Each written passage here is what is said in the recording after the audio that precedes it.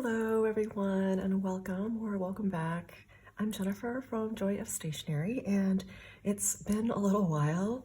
Time definitely seems to be flying by this year and I can't believe we're already at the end of May and approaching June far too quickly. But I did want to finally do another quick video and give you a little update on where things have been for me.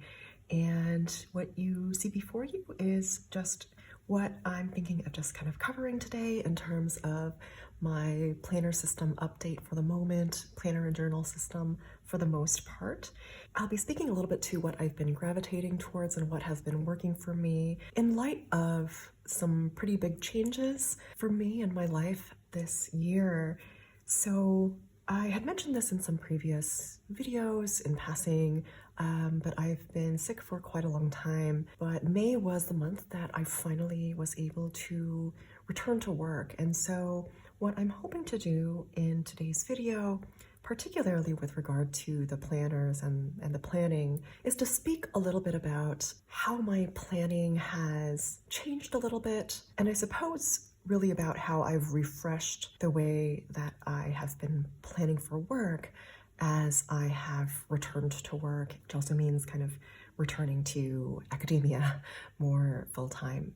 So I just wanted to share with you a few things that I have here. You can see here I have two A6 sizes, and then I have a weeks, or my weeks that I've been using, and actually another one. Oops. So I'll be speaking to the weeks that I've been using for my planning, and these two have been for some planning and some journaling. So I might start actually with the planning portion and then move to these journals, which are just so beautiful. So I want to speak a little bit more to them, so I might save these for the end. So let me just put these aside for now. And I want to turn to my primary planner, my everyday carry planner, which is the Hobonichi Weeks in the Tiny Dragons design. And I have gotten another Weeks, and this is actually the Hobonichi Weeks in the navy leather. And I had actually primarily gotten this one because it was discounted locally, but I have actually ended up really loving this. It's the first leather Hobonichi Weeks that I've gotten, and I find it to be so lovely to hold. I think there's something about the fact that it is a leather cover already that I don't really feel the need to have it in another cover per se. And I'll show you what I'm doing with the 2 weeks because I have been using these in tandem with each other. So the first one, the Tiny Dragons Weeks, is the one that I have been showing in previous videos this year. It is my main planner in a lot of ways, both for personal and for work. And what I had started doing, I think I had mentioned in previous videos that I'd been very happy about how consistently I'd been using this and finding what was working for me. And in May, so for this month, I ended up changing the layout a little bit more. And so I'll just show you a little bit about it. Basically, you might be able to see that I've kind of created these columns here, and it's something that I've been doing the past few weeks and into the week coming up ahead. I had decided on this kind of a layout as I've been returning to work, so as part of my work refresh. So at the core of that is transforming the first 5 days of the week, so the weekdays, in this kind of column format. So I believe that the way that the Hobonichi Weeks is laid out, this is called a vertical weeks, right? Is that right? And I think it's because you have the days of the week vertically. So I imagine this means this is a horizontal layout, but I just wanted to do it for the first 5 days. And what I've been doing then is, let me kind of show you, perhaps this is a good one to show. I have the first 5 days and I've kind of renumbered them and put the days of the week up on top there. but that has helped me to kind of separate out the work week from the weekend, keeping the weekend then as the kind of vertical layout. That's helping me to kind of, I think, just visualize and plan a little bit more clearly that distinction between work and maybe personal life.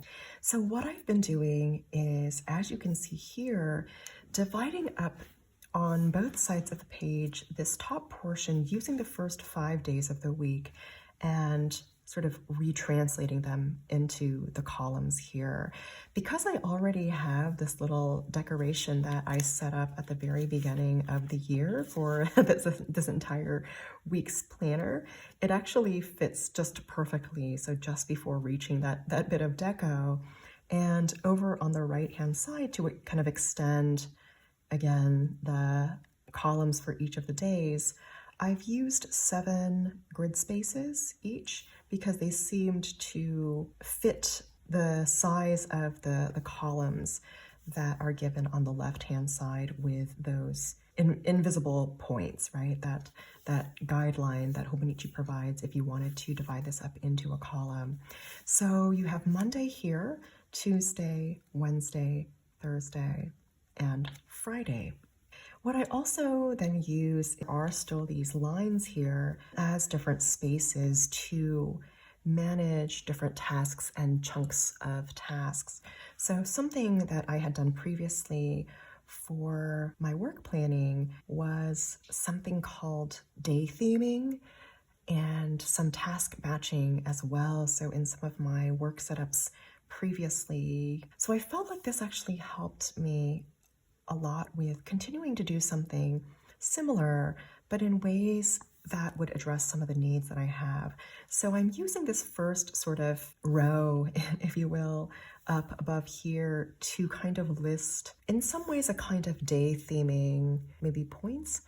They tend to be maybe certain projects that I really need to prioritize for that day. So I'll put them up on the top here, and let's see. So you can see some of that happening over here.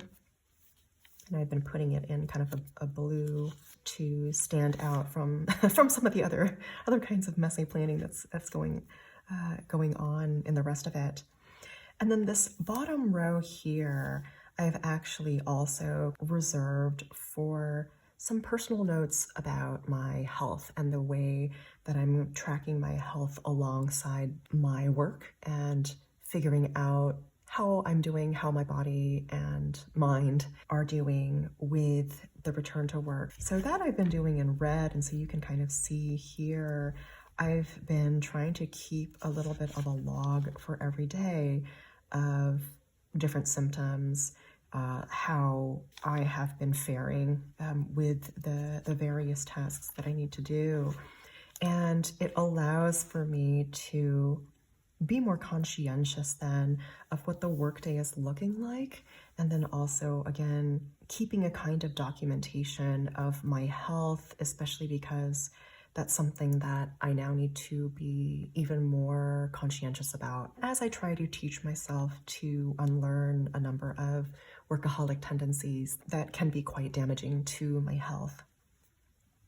On the side here, I also have Monday, Tuesday, Wednesday, Thursday, Friday, Saturday, and with these kind of highlights for the days of the week. And it gives me a chance to keep track of, certain hours that I've given to particular projects if I wanted to. So that's just something that I keep over here. And under that, I've listed priorities for the week. And so just making use of this space over here, which is kind of this extra column afforded by the kind of deco that I had put there. But this has been working really well for me. I do like having this space over here and having that kind of alongside the kind of 5 days of the week that are more work focused. And then having the weekend, Saturday and Sunday, as its own space here. And I have been able to do different things with the space afforded over here. So I think when I started doing this, I, kept this as part of the weekend. And this allowed me to keep track of some health notes as well. Granted, on the weekends, it didn't mean that I wasn't doing work, but you know, I do want to try to keep it separate. Even at times when I do have to do work, I can still use it to kind of log it on the weekend side. And here I just kind of put some deco. And here I was able to, these are just some notes for a meeting that I had, and I have some extra notes from that meeting, just in an informal way that I can just, you know, keep with it here, just on a piece of paper. And then occasionally, you know, coming in with some deco here and there. But this is what I have primarily been doing here. So if the first row has really been a space for me to list priorities and then maybe listing certain announcements that have come in that day that I want to kind of flag, that's the space where I do that. This bottom row has been a space where I reserve for my health and kind of logging my health and other kinds of health symptoms that I've noticed during the day. And that gives me, you know, I can still use that first row if I'd like to, but the other three to really sort of bring in batches of tasks, I guess, the kind of task batching, and be able to kind of record how many hours I'm doing for a particular project, right? And having, again, these different sections that allow me to keep track of more than one project at a time. So that's been just really helpful for me. And it's just a quick way to be able to log multiple projects and the work that I've done on that particular project that day and see how it goes across the week. I also have spaces where I might list appointments or meetings and such. And so if I have a meeting earlier in the day, I'll probably use this row that's further up on top. If I have a meeting later on in the day, in the afternoon, I might use this one just before the health row here. And by recording the appointments there, I can also kind of reserve that particular section for any quick little notes or extra little things I might need to keep in mind for that particular meeting as a kind of task. And that might have kind of some associated information with it. So because this has been my everyday carry planner, so really a kind of life book that has had my planning and some journaling for all of my life, right? So not just work. I found that for work, as I return, I've been needing more space to do a little bit more micro planning or specific notes related to some of the things that are happening that week. And I don't quite have enough space to put those in here because this is already serving as kind of the calendar for the week. So that's where this week's has come in. And I've been allowing myself to be, you know, flexible and trying different things out for this. So let me just give you an example. So this is when I started doing this kind of layout here. So you can sort of see that I've not yet done the kind of day theming up on top. That was something that I realized might be helpful and I started doing the following week. But you can see that I have kind of these batches of tasks that I've listed on here, and then the weekend is kind of reserved here. So for the work week then, I've been able to use this other week's, the same, you know, week obviously, and I've been doing a kind of a smaller version of the 5 columns for the 5 days of the week, but using them for different purposes. So I'm only using 2 of, you know, kind of 2 of the days worth and having that be the height of the column here. So let me just show you how that's looked on other pages as well. So you can see that here and here as well.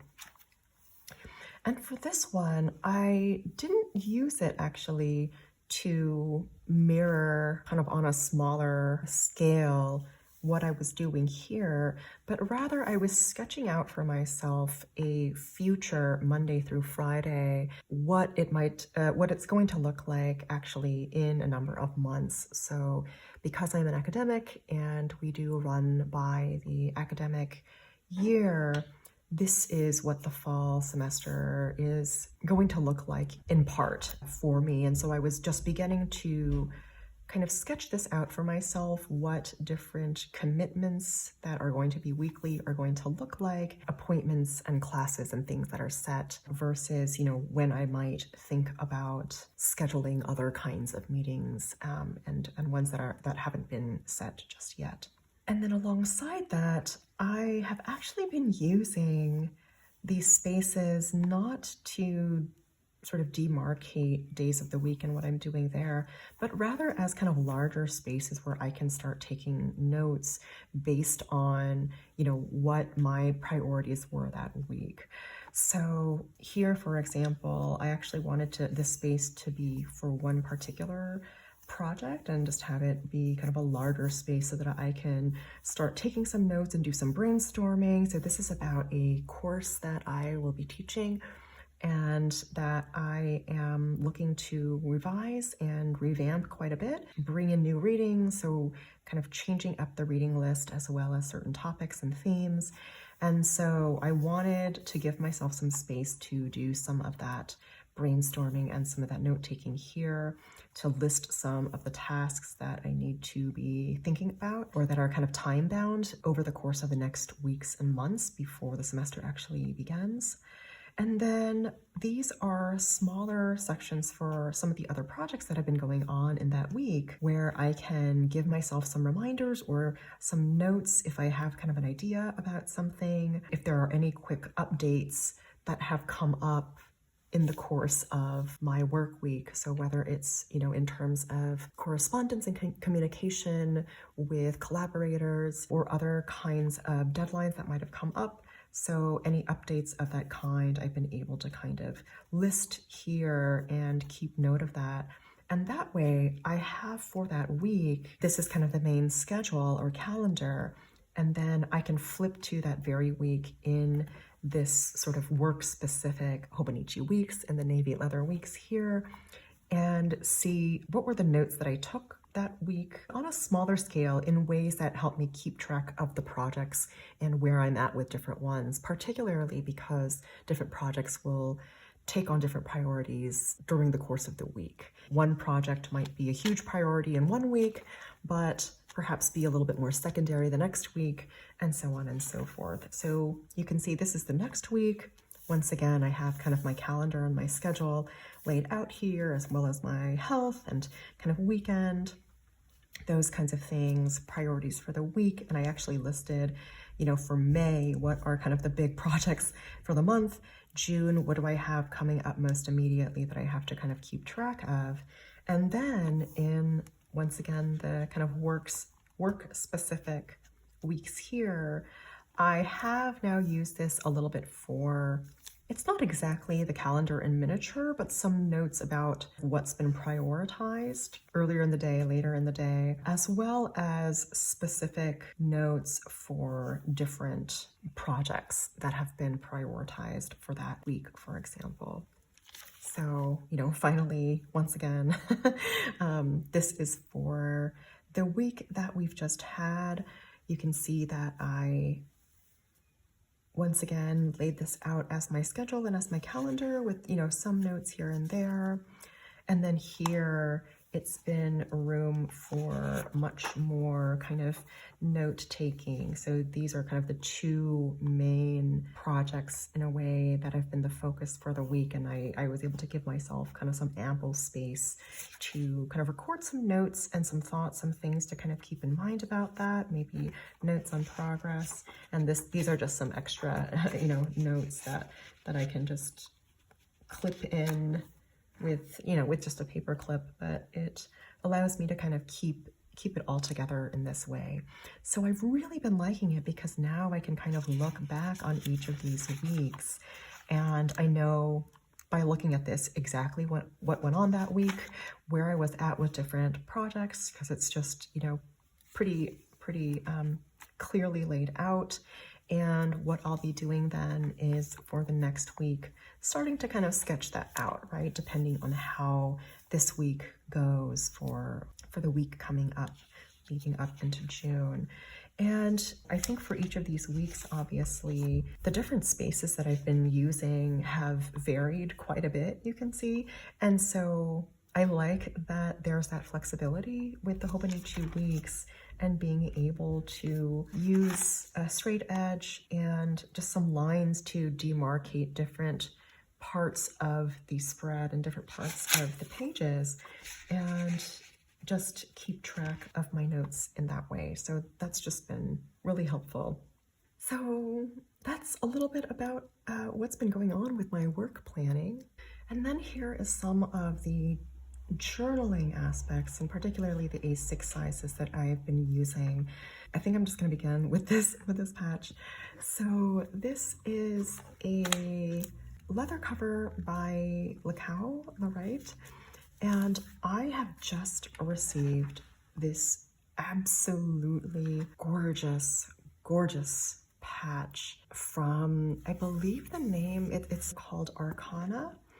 And let me just sort of show you, but it's this absolutely, it comes in this beautiful card and brochure, and they're called Wild Lord Gallery patches and miniature works of art weaving the story of species we have made symbolic in our culture.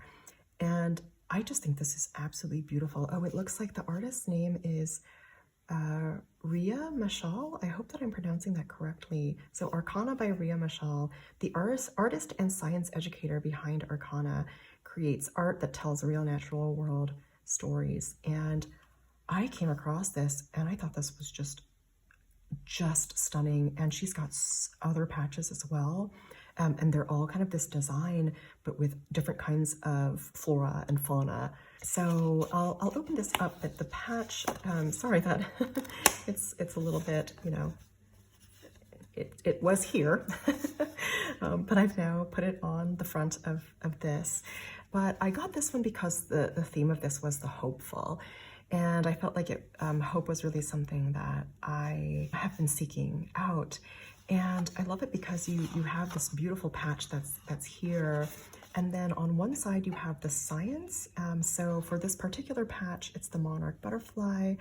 And then it's the anemone flower, and you have the story. So the science is kind of some scientific or natural information about these two species that are illustrated on the patch. And then the story is kind of the symbolic meaning that has come up in different cultures about both of these, about the monarch butterfly and the Japanese anemone, for example. I hope I'm pronouncing that correctly. But it's this beautiful patch that's just, I think it's the most beautiful patch that I've seen. It's just exquisitely designed and embroidered and such amazing quality. So I am absolutely going back for more because, again, she has other designs that are just stunning and that I was actually looking at as well. And so I'd gotten this one because the theme was hopeful, but the other ones also have some really amazing themes. I think there's the individual, there's the protected, the lovely, and other really beautiful themes. And I just thought it would be so perfect on the cover of this. And I'm actually thinking of getting one for the Hobonichi cover as well, a different one. But in here, I've actually been keeping currently my Hobonichi avec for the first half of the year that started out as a stickers delight creative space, and it has kind of evolved into something else. I'm still using stickers, but it also has become a space where I have been a little bit more detailed about my health as well now. So just a space to kind of keep track of how I'm doing throughout the day. So this allows me more space to go into more specifics about my health and other kinds of concerns.